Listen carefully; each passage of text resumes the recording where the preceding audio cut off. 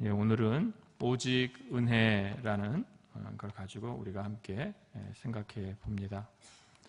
오직 은혜. 로마서 3장 24절 말씀, 우리가 읽었던 말씀인데요. 그리스도 예수 안에 있는 속량으로 말미암아 하나님의 은혜로 값없이 의롭다 하심을 얻은 자 되었느니라, 이렇게 말씀하십니다. 우리가 어떻게 의롭게 되었는가? 예수 안에 있는 속량으로 말미암아 하나님의 은혜로, 하나님의 은혜로. 은혜라는 것은 무엇입니까? 이미 은혜 안에 거기에 값이 없는 것입니다. 그저 받은 선물이라는 거죠. 우리는 그저 받은 선물로 값없이 의롭다함을 얻었다는 것입니다. 그래서 우리의 구원이 온전히 은혜라는 것을 성경 곳곳에서 말하고 있습니다. 우리 중 누구 한 사람이 아니다, 하나님의 은혜가 아니라 그래도 내가 뭐 보탰다, 이렇게 말할 수가 없는 것이죠. 그래서 옛분들이 어떻게 말씀하시길 좋아하시냐면 이렇게 말씀하기를 좋아하셨어요. 내 구원에 숨 하나라도 보탤 수가 없다. 만일 숨 하나를 보태어서 내가 구원받을 수 있는가 할 때 그럴 수 없다. 그만큼 전적으로 하나님의 은혜다는 것을 성경이 우리에게 말해주는 것입니다. 그리스도 예수 안에 있는 속량으로 말미암아 하나님의 은혜로 값없이 의롭다 하심 얻었다. 그래서 공로가 오직 예수 그리스도밖에 없음을, 그래서 은혜요 값없는 구원임을 우리에게 알려줍니다. 또 한 말씀을 보겠습니다. 고린도 후서 말씀입니다. 고린도 후서 4장 6절 말씀입니다. 고린도 후서 4장 6절 말씀.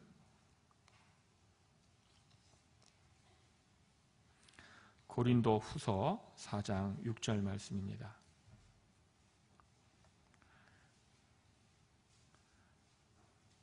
같이 읽어보십니다. 어두운데 빛이 빛이라 말씀하셨던 그 하나님께서 예수 그리스도의 얼굴에 있는 하나님의 영광을 아는 빛을 우리 마음에 비추셨느니라. 아멘. 어두운데 빛이 빛이라 창조하실 때 말씀입니다. 우리 마음에 하나님의 영광을 아는 빛이 비추인 것은 하나님께서 창조하실 때 빛이 있으라 하신 것처럼 창조의 능력과 방불한 능력이 우리 안에 있어서 우리가 예수님을 믿게 된 것입니다. 그래서 우리가 예수님을 믿게 된 것이 우리의 능력 때문이 아니라 하나님의 창조의 능력이 우리 안에 있게 된 것입니다.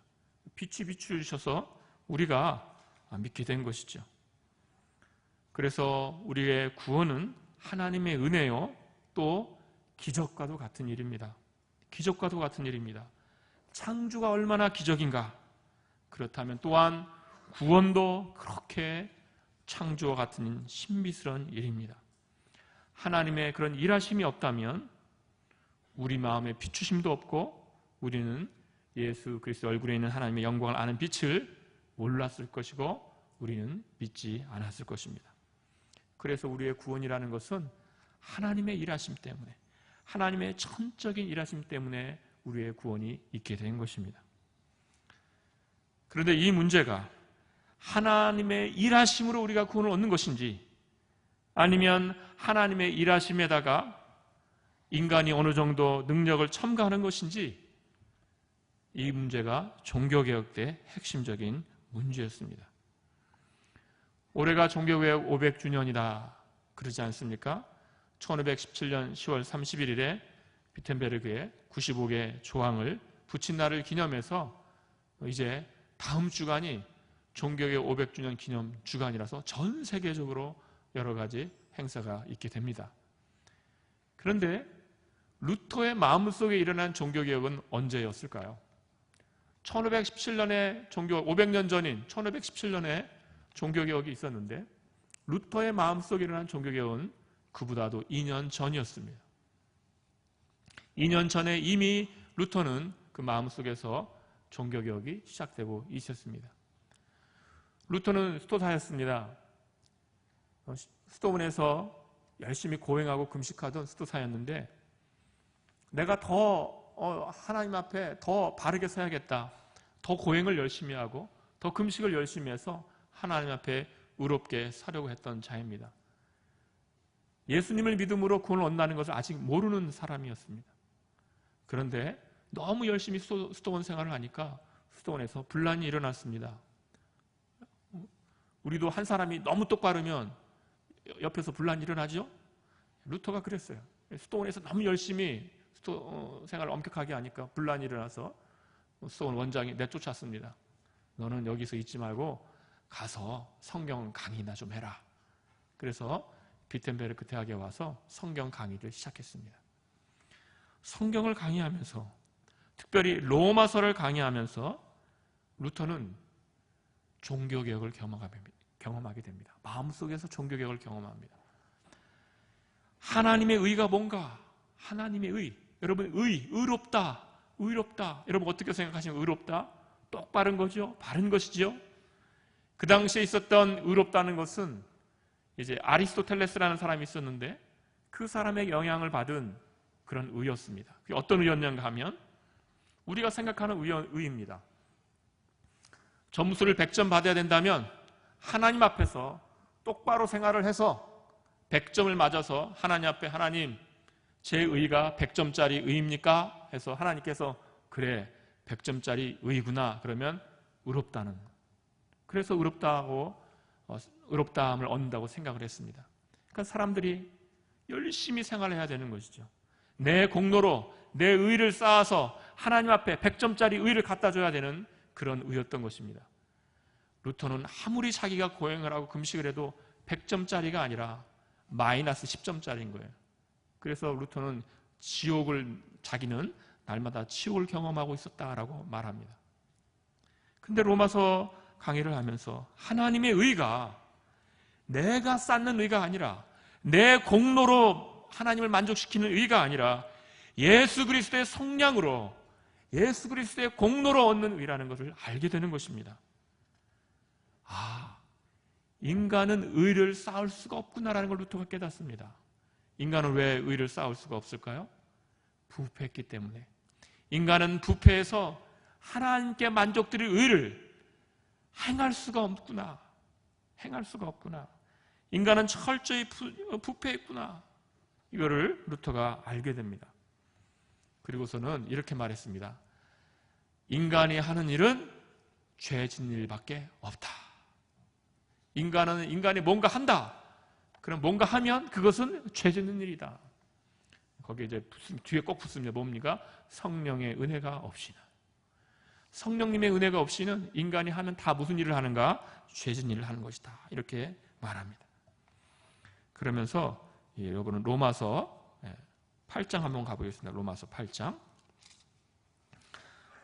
8장 28절 말씀입니다. 로마서 8장 28절. 이제 2년 전에 시작된 강의의 내용을 여러분에게 제가 조금 알려드리려고 합니다. 로마서 8장 28절입니다.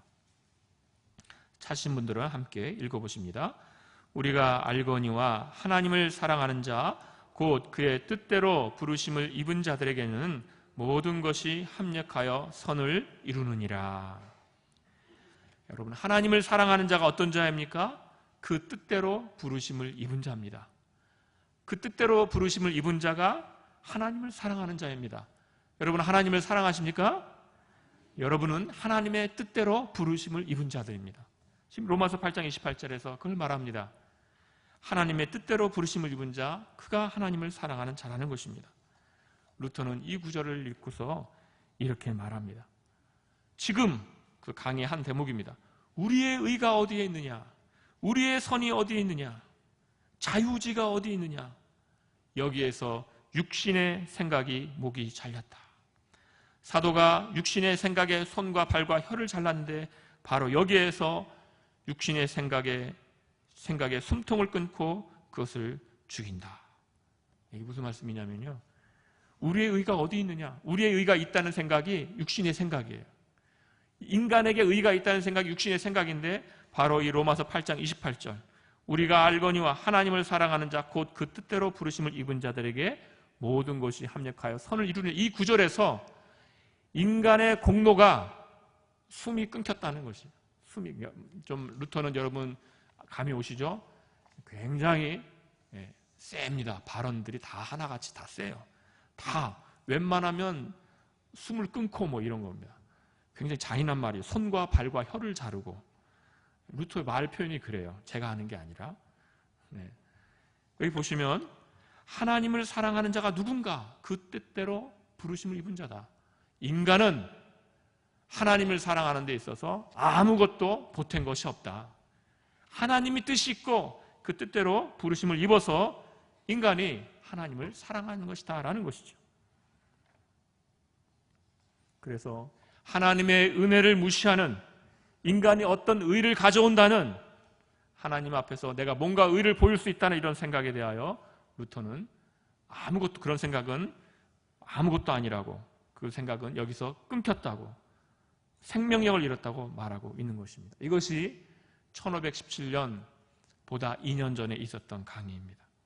루터의 마음속에는 인간은 부패해서 의를 쌓을 수가 없고 하나님의 은혜로 구원을 얻는다라는 것이 마음속에 깊게 자리 잡게 됩니다. 그러니까 루터의 종교개혁은 2년 전에 500주년이었어요. 2년 전에. 루터의 마음속에 일어난 종교개혁은 2년 전에 500주년이었고 지금 올해 500주년은 지금 이제 마음속에 있던 것이 겉으로 드러난 거죠. 그것을 하는 것입니다.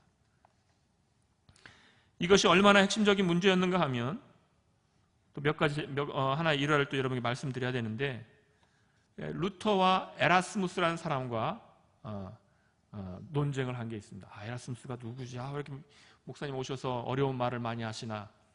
그냥 이렇게 말씀드리겠습니다. 유럽에서 학생들이, EU 안에 있는 학생들이 프랑스에 있다가 영국 가고, 영국에 있는 학생이 프랑스로 유학 가고, 이탈리아에 있는 학생이 영국으로 유학 가고, 그럴 때 유학을 할 때 장학금을 받아서 하는데 그 장학금 이름이 에라스무스 장학금입니다. 에라스무스 장학금.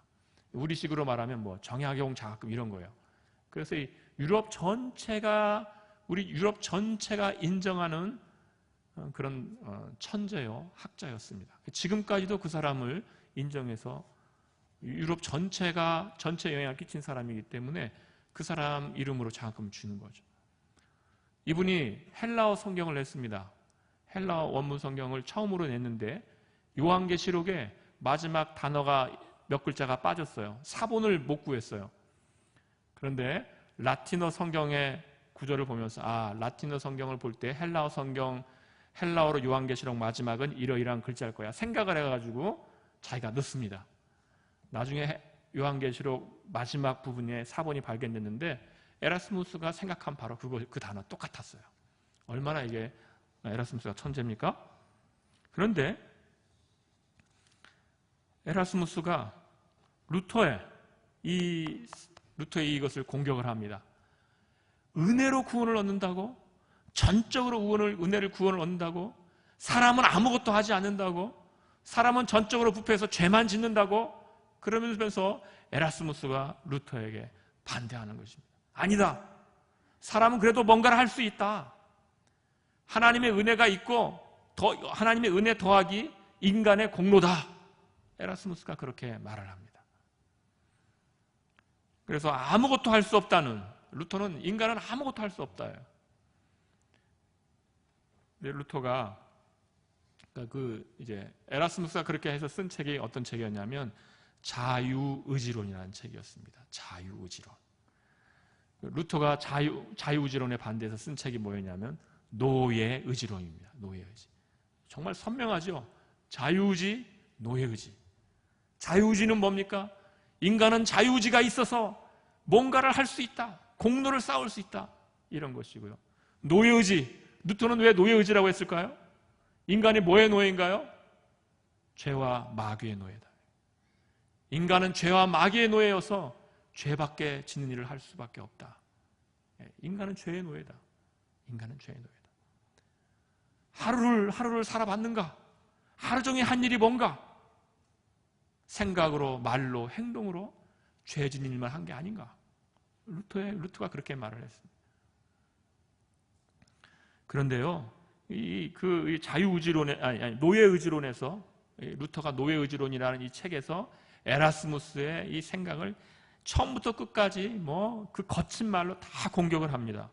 그리고 마지막에 제가 이 마지막 때문에 이걸 여러분께 말씀드려요. 마지막에 루터가 에라스무스를 칭찬합니다. 왜 칭찬하는가? 이렇게 칭찬합니다. 모든 사람들보다도 당신만이 문제를 공격했습니다. 가장 중요한 문제는 당신만이 공격했습니다. 다른 사람들은 외적인 문제들, 교환권, 연옥, 면죄부 이런 헛된 것들로 나를 공격했는데 당신만이 문제의 핵심을 보았고 숨통을 공격했습니다. 그래서 당신께 감사를 드립니다. 그러니까 루터는요, 그 마음에 사람들이 그렇게 말합니다. 이런 여러 사람들이 종교개혁의 핵심적인 문제가 뭡니까? 교환권 문제입니다. 권위 문제이죠. 연옥 문제입니다. 면죄부 문제입니다. 여러 가지 말들을 많이 하지만 루터는 그게 핵심적인 게 아니라는 것입니다. 뭐가 핵심적인 겁니까? 사람이 구원을 100% 은혜로 얻는 것이냐, 아니면 사람이 거기다 뭔가를 보태는 것이냐예요. 이게 종교개혁의 핵심 문제입니다. 루터가 나중에 연륜이 찬 다음에 사람들이 루터에게 전집을 내라고 그랬습니다. 루터가 얼마나 많은 글을 썼는지 루터 전집이 나중에 출간이 됩니다. 제가 루터 전집 사려고 그랬는데 얼마인 줄 아십니까? 루터 전집이 1,000만 원, 아니 너무 작게 말씀드렸어요. 3,000만 원입니다. 3,000만 원. 3,000만 원. 루터 전집이 3,000만 원. 그게 얼마나 많은지 몰라요. 근데 루터가 전집을 내라고 하는데 루터 생애에는 전집이 안 나옵니다. 루터가 이렇게 말합니다. 내가 쓴 책을 다 불태워버리고 싶다. 책들을 보니까 나의 그 부족함들이 너무 많이 나타나서 책 다 불태워버리고 싶다. 그런데 단 한 권만 남겨놓고 싶다. 그 단 한 권이 뭘까요? 노예의지론입니다. 인간은 죄와 마귀의 노예다. 죄와 마귀의 노예에서 인간은 하나님의 은혜가 없으면 죄와 마귀의 권세에서 빠져나오지 못한다. 루터는 이 문제가 그 핵심이라는 것입니다. 인간은 죄의 노예에서 죄밖에 지을 수 없고, 만일 인간이 구원을 받는다면 그것은 100% 하나님의 은혜다라는 것이죠. 성령의 은혜가 없다면 인간은 죄의 노예에 불과하고, 그래서 우리가 구원받는다면 정말 이 창조의 능력, 빛을 비추셔야 어둠이 밝혀지듯이 인간의 마음속에 빛이 비춰져서 구원을 얻는 것이다라는 것이죠. 이 전적인 하나님의 은혜로 얻는 구원, 이것이 종교개혁의 핵심 문제라는 것입니다. 오늘 저는 이 핵심 문제, 이 하나님의 은혜로 구원받았다는 이 종교개혁의 핵심 문제 세 가지를 여러분에게 말씀드리려고 합니다. 첫 번째는 하나님의 절대 주권입니다. 두 번째는 인간의 전적 부패이고, 세 번째는 하나님의 은혜의 원인입니다. 하나님의 절대 주권을 우리가 한번 생각해 보겠습니다. 하나님의 절대 주권은 하나님께서 계획하시고 뜻하시고 하나님의 주권에 의하여서 이 세상의 일이 다 일어난다는 것입니다.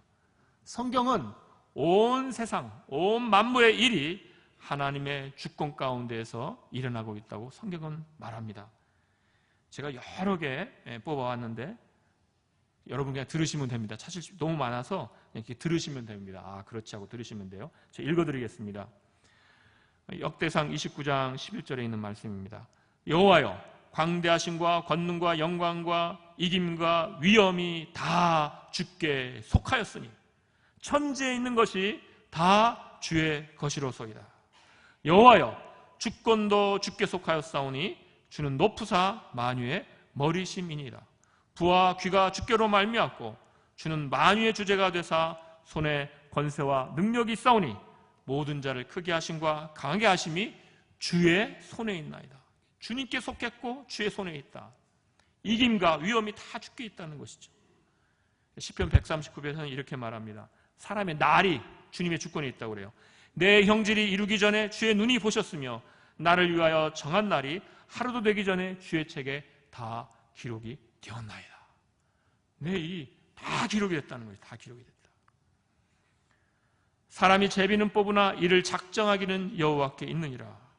사람의 마음에는 많은 계획이 있어도 오직 여호와의 뜻이 완전히 서리라. 그러니까 지금 온 세상의 일을 누가 운행하고 계십니까? 하나님이 운행하신다는 겁니다. 권세와 영광과 승리와 사람의 수명과 삶의 여정과 우연까지 하나님의 정하심에 있다는 것이죠. 하나님의 정하신 것을, 하나님의 주권을 막을 수 있는 게 하나도 없습니다. 이사야 14장 이렇게 말씀합니다. 만군의 여호와께서 맹세하여 이르시되 내가 생각한 것이 반드시 되며 내가 경영한 것을 반드시 이루리라. 만군의 여호와께서 경영하셨은즉 누가 능히 그것을 폐하며 그의 손을 펴셨은즉 누가 능히 돌이키랴. 그래서 전체가 다 하나님의 주권 가운데 일어나는데 참새가 한 마리 떨어지는 일까지 하나님께 있다. 머리털 하나가 떨어지는 일까지 하나님의 주권 가운데 있다. 크고 작은 일까지 다 하나님의 뜻 안에 있다는 것입니다. 여러분, 오늘 여러분 여기에 나와 계십니다. 어떻게 나와 계십니까? 하나님께서 일하셔서 하나님의 주권 가운데서 여러분이 이 자리에 있는 것입니다. 하나님의 주권으로 여기에 오신 것입니다. 우리가 사람들은 말합니다. 그래도 내가 뭔가 할 수 있는 거 있지 않을까? 아닙니다. 사람이 할 수 있는 거 하나도 없습니다. 하나님의 주권 가운데서 다 됩니다. 여러분, 지금 여러분 심장이 뛰시죠? 심장을 지금 여러분이 심장 좀 빨리 뛰어야겠는데 머릿속으로 생각 막 해가지고 심장 빨리 뛰게 하실 수 있습니까? 아닙니다. 심장 뛰는 거 알아서 뜁니다. 제가 지금 음식을 먹고 왔는데 소화를 빨리 시켜야겠는데 소화 빨리 시킬 수 있습니까? 여러분 소화시키기 위하여 많은 생각을 하십니까? 아니죠. 그냥 소화가 다 됩니다. 알아서 다 됩니다. 우리가 할 수 있는 일이 의외로 적습니다. 의외로 많지 않습니다. 잠을 주무시고 계시는 동안 우리가 잠 자는 동안 무엇을 할 수 있습니까? 아무것도 못합니다. 몇 시간 동안 우리의 의지가 침투할 수 있는 영역이 없습니다. 우리의 몸은 알아서 그냥 자기가 작동할 뿐입니다. 그럼 무엇이 지금 이렇게 일을 하고 있는 것입니까? 하나님의 주권이 다스리고 있는 것입니다. 하나님의 주권이 우리의 심장을, 우리의 오장육부를, 우리의 생각을 하나님이 다스리고 계십니다. 우리의 모든 길과 여정을 하나님이 인도하고 계시는 것입니다. 우리는 하나님의 길을 따라서 가는 것입니다. 그래서 하나님이 일을 해놓으신 다음에 왜 이렇게 되었나라고 우리가 함부로 말해서는 안 되는 것입니다. 하나님의 계획이 얼마나 지혜로운지 모릅니다. 우리가 볼 때는 아닌 것 같아도 그러나 하나님의 지혜가 참 지혜요, 하나님의 일하심이 참 능력입니다. 고린도전서 1장 25절 말씀에서 이렇게 말씀합니다. 하나님의 어리석음이 사람보다 지혜롭고 하나님의 약하심이 사람보다 강하니라. 여러분, 이 단어는요 신성모독입니다. 사실은 어떻게 하나님께 어리석음이라는 단어를 사용하며 어떻게 하나님께 약하심이라는 단어를 사용할 수 있겠습니까? 그런데 성경이 그 단어를 씁니다. 하나님의 어리석음. 근데 하나님의 어리석음이 사람보다 지혜롭고 하나님의 약하심이 사람보다 강하니라. 무슨 말씀입니까? 사람들은 자기가 지혜롭다고 생각한다는 거죠. 그 어리석음으로 자기의 지혜를 생각한다는 것입니다. 헬라인은 지혜를 찾습니다. 헬라인이 지혜를 찾아요. 헬라 철학 유명하지 않습니까? 십자가의 도는 헬라 철학자들이 생각할 때 정말 어리석은 거죠. 십자가에서 사람이 죽었다고? 십자가에서 죽었는데 어떻게 그것이 우리를 구원하는가? 이런 어리석은 일 같으니라고. 헬라 사람들은, 헬라의 지혜는 십자가의 도를 어리석다라고 합니다. 유대인들은 표적을 구합니다. 어마어마한 표적, 하늘에서 내려오는 표적, 엄청난 표적, 그런 표적, 하나님의 능력 어디 있는가? 그런데 십자가의 도를 전합니다. 십자가의 도, 저주의 십자가에서 사람이 죽은 것이 구원이라고, 십자가에서 죽는 것은 무능이고 아무 능력이 없는 것인데, 그것은 약한 것인데 어떻게 사람을 구원하는가? 십자가의 도는 헬라인들에게, 지혜를 구하는 자들에게 어리석은 일이요, 십자가는 능력을 찾는 이에게 참으로 능력이 없는 약한 거지만, 그러나 이 십자가가 인류를 구원하는 하나님의 지혜요, 하나님의 능력이라는 것입니다. 이게 하나님의 일하심입니다. 하나님의 주권이, 하나님의 지혜가 그렇게 우리의 구원의 길을 내신 것입니다. 사람이 볼 때는 능력이 없는 것 같고, 사람이 볼 때는 어리석은 것 같은데, 그런데 하나님의 아들이 사람으로 오시고 우리를 구원하셨다는 것이죠. 이것처럼 지혜롭고 이것처럼 능력 있는 일이 어디 있겠습니까? 그래서 우리는 이 하나님의 주권 생각할 때, 하나님의 주권이 정말 지혜로운 일이구나, 우리가 인정할 수밖에 없습니다. 여러분, 우리의 생애 가운데서 그렇지 않습니까? 여러분, 모세를 아시지 않습니까? 모세는 하나님께서 사용하신 지도자인데, 사람의 지혜로는 여러분 어떻게 일하셔야 될 것 같습니까? 모세가 왕궁에 있을 때, 왕자로 있을 때 이스라엘 민족을 구해야 될 것 같죠. 그래도 좀 젊은 혈기가 좀 있고 힘이 좀 있을 때 일해야 될 것 같죠. 하나님은 그때는 오히려 광야로 내쫓습니다. 내쫓고, 그러나 이제 80이 되어서 아무 권력도 없고 그저 이름 없는 목자로 살아가는 그런 모세를 부르셔서 한 민족을 구원해내는 일을 합니다. 그게 하나님의 지혜입니다. 우리가 무엇이 하나님의 지혜인가? 다 알지 못합니다. 하나님의 주권의 그 어마어마함, 그 높으심을 우리가 다 이해할 수 없습니다. 우리의 생애 가운데도 마찬가지입니다. 우리의 생애는요, 안 되는 게 아니고 잘 되는 게 잘 되는 게 아닙니다. 왜요? 하나님의 주권 가운데 있어서 하나님이 우리를 안 되게 했다가 되게 했다가 하는 것은요, 우리의 믿음을 위해서입니다. 우리의 믿음을 위해서, 우리를 하나님의 자녀로 온전히 서게 하기 위하여 안 되게 또 했다가 되게 됐다가 하나님만 의지하도록 이끄시는 것이죠. 이 지혜 안에서, 이 하나님의 주권 가운데에서 우리의 구원이 있다는 것입니다.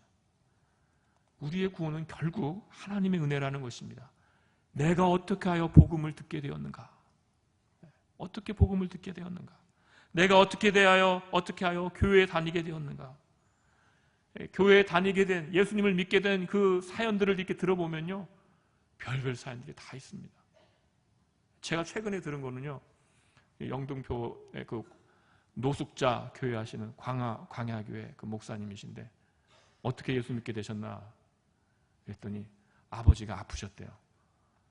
아버지가 아프셔가지고 시골에 무당을 불렀대요. 굿하려고 불렀더니 구술한 게 아니라 아무튼 무속하는 사람을 부른 거예요. 그러니까 이분이 이렇게 보더니 그렇게 하더래요. 교회 가면 낫겠다고.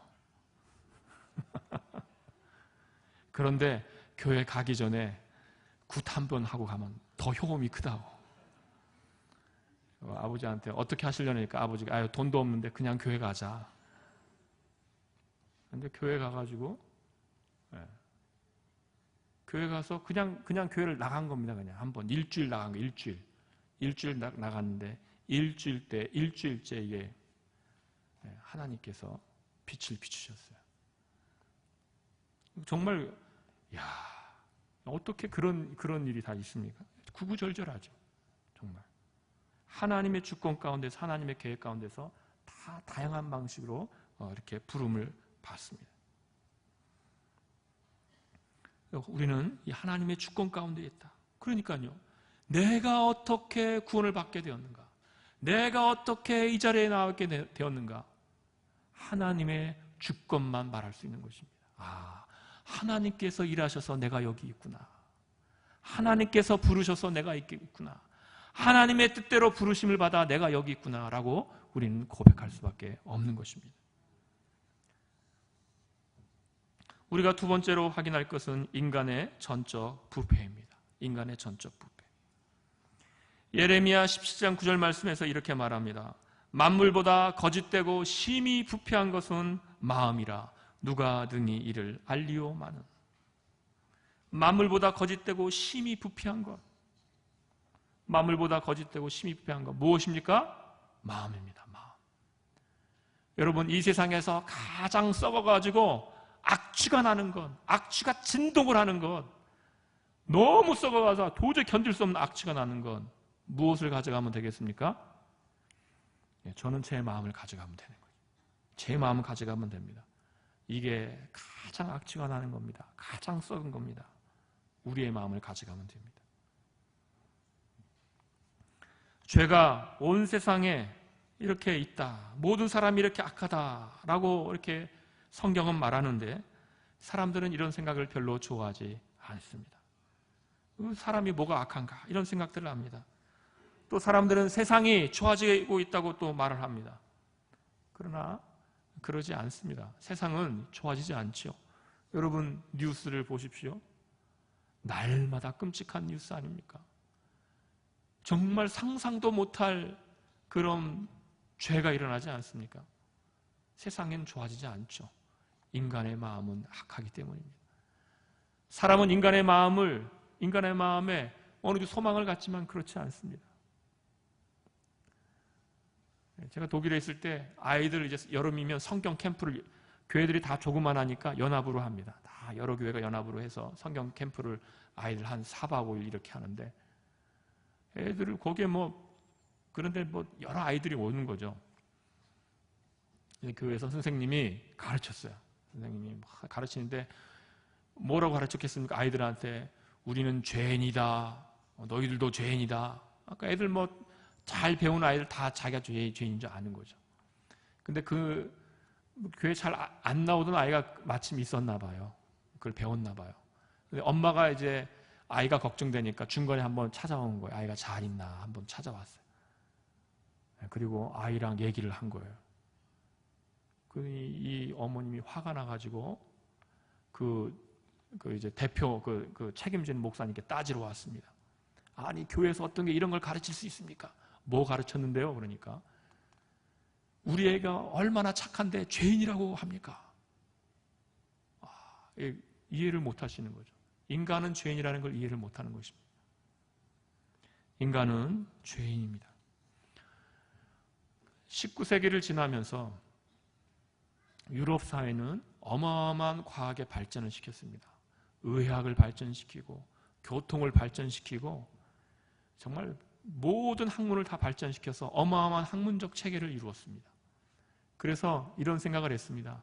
이렇게 해서 인간의 기술이 계속 발전해서 지상 낙원이 되는구나. 지상 낙원이 되면 그게 천년왕국이고 천년왕국 후에 예수님이 오시나 보다. 그래서 후천년설이라고 하는 것이 그때 나옵니다. 인간에 대한 굉장히 낙관적인. 그런데 20세기가 시작 딱 되자마자 뭐가 됐습니까? 세계대전이 2번 일어나는 것이죠. 그리고 2차 세계대전에는 뭘 합니까? 아우슈비츠. 사람을 죽이는 공장을 만드는 그 일을 하는 게 인간이라는 것이죠. 그 일을 하는데 다 아무 문제의식을 못 느끼고 여러 사람이 거기에 동참하지 않았습니까? 사람들이 충격을 다 지난 다음에 충격을 받는 거죠. 야, 인간이 죄인이구나. 인간이 죄인이구나. 인간은 왜 죄인이 되었습니까? 아담과 하와가 범죄함으로 말미암아 죄와 사망이 인류 안에 들어왔습니다. 그리고 인간은 다 죄가 들어왔습니다. 다 부패하였습니다. 기록된 바 의인은 없나니 하나도 없도다. 의인은 없나니 하나도 없습니다. 에베소 2장 1절에는 이렇게 말합니다. 그는 허물과 죄로 죽었던 너희를 살리셨도다.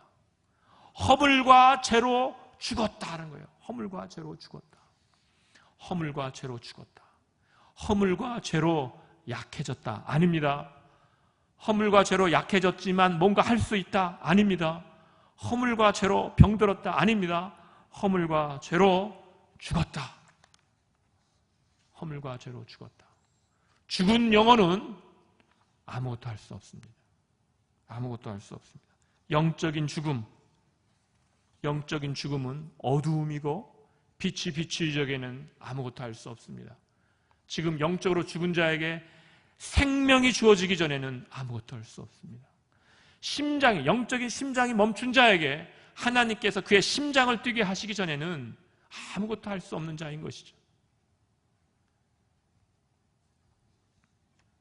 만물보다 거짓되고 심히 부패한 게 마음이라고 했을 때 인간은 그렇게 부패한 자라는 것입니다. 인간은 아무것도 할 수 없는 자. 그래서 하나님께서 이렇게 은혜를 주십니다. 하나님이 은혜를 주시면 인간은 뭐라고 할까요? 하나님의 은혜 싫다고 하는 게 인간입니다. 복음을 싹 내밉니다. 이게 복음입니다. 예수님께서 우리 죄를 위하여 죽었습니다 하고 복음을 내밉니다. 예수님을 믿으면 구원 얻을 수 있습니다. 복음을 내밉니다. 사람들 어떻게 합니까? 싫습니다. 하나님이 계십니다. 하나님이 살아계십니다. 하나님 싫습니다. 인간은 마음이 강팍하여 하나님의 은혜를 거절하는 것이 인간입니다. 하나님의 은혜가 주어졌을 때 하나님의 은혜를 받을 수 있는 것은 인간이 아닙니다.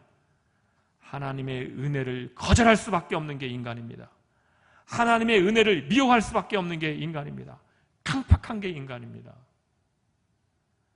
하나님의 뜻을 보여줘도 하나님의 뜻 싫다고 자기 뜻대로 가겠다고 하는 게 인간입니다. 그러면 우리가 어떻게 하나님의 은혜를 맛보게 되었습니까? 이 강팍한 마음, 이 부패한 마음, 하나님의 은혜 싫다고 미워하는 마음, 그 마음을 하나님께서 찾아오셔서 그 마음을 꿰뚫고 들어오셔서 그 마음에 생명을 심으시는 거죠. 그 칠흑같이 어두운 마음에 빛을 비추시는 거죠. 거기에서 생명이 시작되는 것입니다. 우리의 부패를 이기시는 하나님의 은혜입니다. 우리의 강팍함을 깨시고 우리에게 은혜를 주시려는 하나님의 은혜입니다. 내가 싫다고 해도 나에게 찾아오셔서 아니다고 은혜 없이 너는 죽는다고 하면서 은혜를 주시는 하나님의 은혜인 것입니다. 하나님의 은혜는 그래서 이처럼 부패한 우리의 마음을 뚫고 들어오신 하나님의 은혜인 것입니다. 그래서 전적으로 부패한 우리를 크신 은혜를 주시려고 은혜를 정말 어떻게 은혜를 받았나 우리는 감사와 찬송을 드릴 수밖에 없는 자들인 것이죠.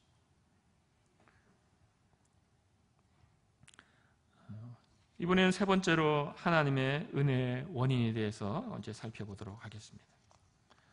구원은 하나님의 전적인 은혜입니다. 에베소 2장 8절 9절 말씀에서 이렇게 말합니다.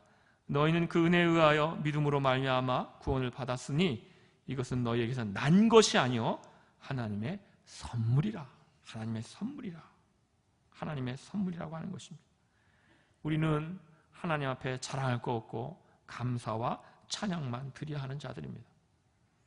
여러분, 이 구원이 그런데요, 은혜라는 것이 바로 이 은혜의 그 원인이 뭔가, 은혜의 출발이 뭔가, 이게 하나님이라는 것에서 놀라움이 있습니다. 하나님입니다. 이 성경은요, 하나님이 다 찾아오십니다. 아담과 하나가 선악과를 먹고 도망가지요. 누가 찾아오십니까? 하나님이 찾아옵니다. 아브라함은 본래부터 하나님을 잘 믿는 사람이 아니었습니다. 하나님 모르는 사람이었어요. 하나님께서 찾아오셨습니다. 우리에게 하나님께서 찾아오셨습니다. 그래서 이 성경의 구원의 이야기는 하나님이 찾아오셔서 하나님이 구원하시는 이야기입니다. 기독교의 다른 모든 종교들은 다 인간이 어떻게 하면 구원을 얻을까? 너희들이 하나님을 찾아오게 하려면 이렇게 해라, 이렇게 해라, 이렇게 해라. 그러나 성경은 하나님이 찾아오신다. 하나님이 찾아오신다는 것입니다. 너희가 나를 택한 것이 아니요 내가 너희를 택하여 세웠나니라고 주님께서 말씀하시는 것입니다. 에베소서 1장으로 우리 한번 가보겠습니다. 에베소서 1장.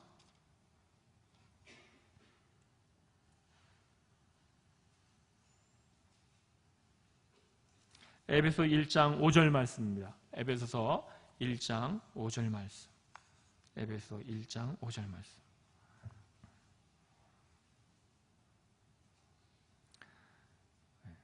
에베소 1장 5절 말씀 우리 함께 같이 읽어보십니다. 그 기쁘신 뜻대로 우리를 예정하사 예수 그리스도로 말미암아 자기의 아들들이 되게 하셨으니. 아멘.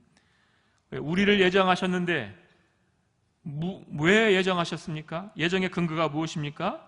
그 기쁘신 뜻입니다. 하나님이 우리를 예정하셨는데 그 기쁘신 뜻을 따라서 예정하셨습니다. 그 기쁘신 뜻대로 예정하셨습니다. 하나님이 예정하셨는데 우리가 이뻐서 예정하신 게 아닙니다. 우리가 이뻐서 예정하신 것이 아니라 그 기쁘신 뜻대로 예정하셨습니다. 하나님의 뜻이 있고 그 뜻을 따라서 하나님이 예정하셨어요. 이게 무슨 말씀인가? 우리가 신명기 말씀 가보겠습니다. 신명기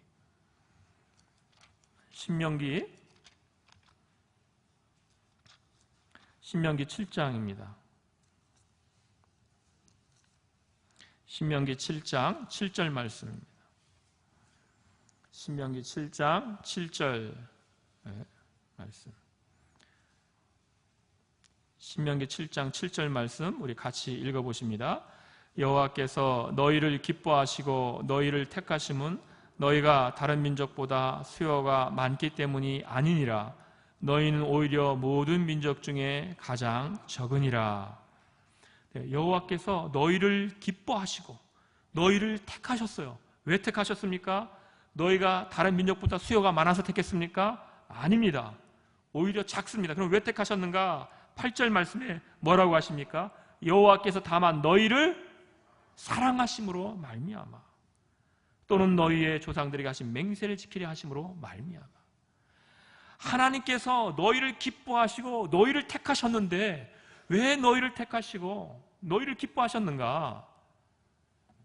너희가 뭐 잘난 게 있어서가 아니라 너희를 사랑하셔서, 너희를 사랑하셔서 하나님께서 기뻐하시고 택하셨다. 여기서 재밌는 거 말씀드리면요, 7절에 있는 이 기뻐하시고 너희를 기뻐하시고, 이 기뻐하시고를 다른 말로 번역할 수 있습니다. 뭘로 번역할 수 있냐면 사랑하시고로 번역할 수 있습니다. 사랑하시고로 번역할 수 있어요. 그러니까 이런 말씀입니다. 하나님께서 너희를 사랑하셨다. 왜 사랑한 줄 아느냐? 하나님께서 너희를 사랑하심으로 말미암아. 하나님의 사랑의 원인은 무엇입니까? 하나님의 사랑입니다.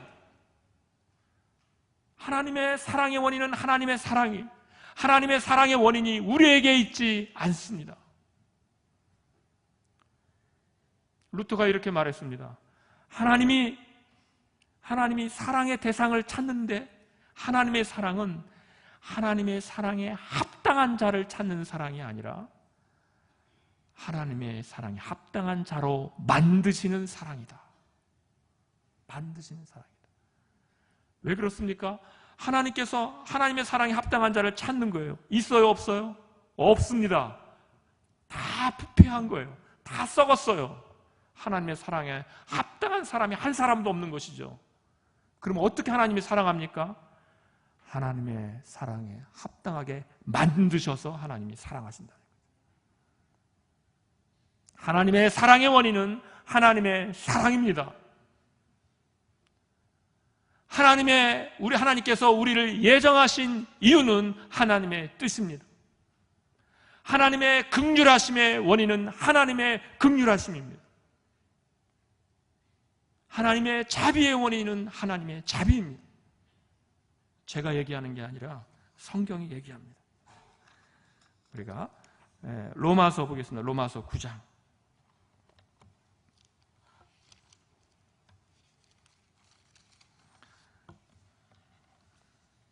로마서 9장입니다.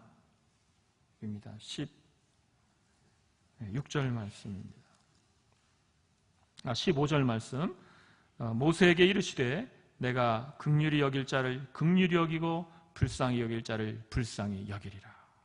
긍휼히 여길 자를, 이미 무슨 말입니까? 하나님이 원하는 자예요. 하나님이 긍휼히 여기고 싶어하는 자를 긍휼히 여기고, 하나님이 불쌍히 여기고 싶어하는 자를 불쌍히 여기신다는 말이에요. 하나님의 긍휼의 원인은 하나님의 긍휼하심이고, 하나님이 불쌍히 여기심의 원인은 하나님의 불쌍히 여기심입니다. 18절에 뭐라고 말씀합니까? 18절, 로마서 9장 18절 말씀 우리 같이 한번 읽어보십니다. 그런즉 하나님께서 하고자 하시는 자를 긍휼히 여기시고 하고자 하시는 자를 완악하게 하시느니라. 하나님의 사랑의 원인은 하나님의 사랑이고, 하나님의 긍휼의 원인은 하나님의 긍휼이고, 그렇습니다. 하나님의 은혜의 원인은 하나님입니다. 하나님의 은혜의 원인은 하나님이에요. 그래서 모든 게 하나님이구나, 모든 게 하나님의 은혜구나라고 우리는 고백할 수밖에 없는 것입니다. 구원이 전적으로 하나님의 은혜라는 사실은 우리가 자랑할 것이 아무것도 없다는 것입니다. 자랑할 거 없습니다. 우리에게 뭐만 있습니까? 찬송과 감사만이 있을 뿐입니다. 모든 영광을 하나님께만 드려야 하는 것입니다. 제가 시작할 때 루터의 로마서 강의로 시작을 했습니다. 이제 마치기 전에 이 루터의 이 로마서 강의, 그러니까 2년 전에 루터의 마음속에 종교개혁이 일어났다고 그랬잖아요. 거기에 나오는 한 대목입니다. 이렇게 말합니다. 육신의 생각에는 자기가 비참한 가운데서 하나님이 영광 받으시는 것이 쓰라리고 비참하다. 육신의 소리를 보라. 나의. 그리고 이렇게 말합니다. 이 나의를 치워라. 그리고 말하라. 주여 당신께 영광이. 이게 무슨 말이냐면 이렇다는 거예요. 우리 육신의 생각은 하나님만 영광 받으시는 것이 싫다는 거예요. 우리는 어떤 생각입니까? 나도 조금 영광 받고 싶은데. 그러니까 나의 영광. 여러분, 교회에서 열심히 일한 다음에 언제 제일 섭섭합니까? 나의가 빠져버리면. 내가 나를 그래도 조금 알아줘야 되는데. 나의가 빠져버릴 때 우리는 정말 힘이 빠지고 일할 맛이 안 나고. 이게 우리 육신의 생각이에요. 우리가 그렇다는 것이죠. 루터가 그걸 본 것이죠. 루터가 기가 막히게 지적하지 않습니까? 나의. 우리는 나의를 찾는 거예요. 나의를. 뭐라고 말합니까? 그거 치우라는 거예요. 나의를 치워버리고 이렇게 말하라는 거예요. 주여 당신께 영광이. 왜 그렇습니까? 하나님이 다 하신 일이라는 것이에요. 하나님의 주권이 하신 일이고, 나는 부패해서 사실 아무것도 할 수 없는 자였고, 하나님의 은혜가, 하나님에게서 시작하신 그 은혜가 이 모든 걸 하였으니 하나님께만 영광이. 이렇게 하라는 것이죠. 하나님께 모든 찬송과 감사를 하나님께만 올려드리는 저와 여러분 되시기를 소원합니다. 구원하심이 보좌에 앉으신 우리 하나님과 어린 양에게 있도다. 아멘. 찬송과 영광과 지혜와 감사와 존귀와 권능과 힘이 우리 하나님께로 세세토록 있을지어다. 아멘. 함께 기도하시겠습니다.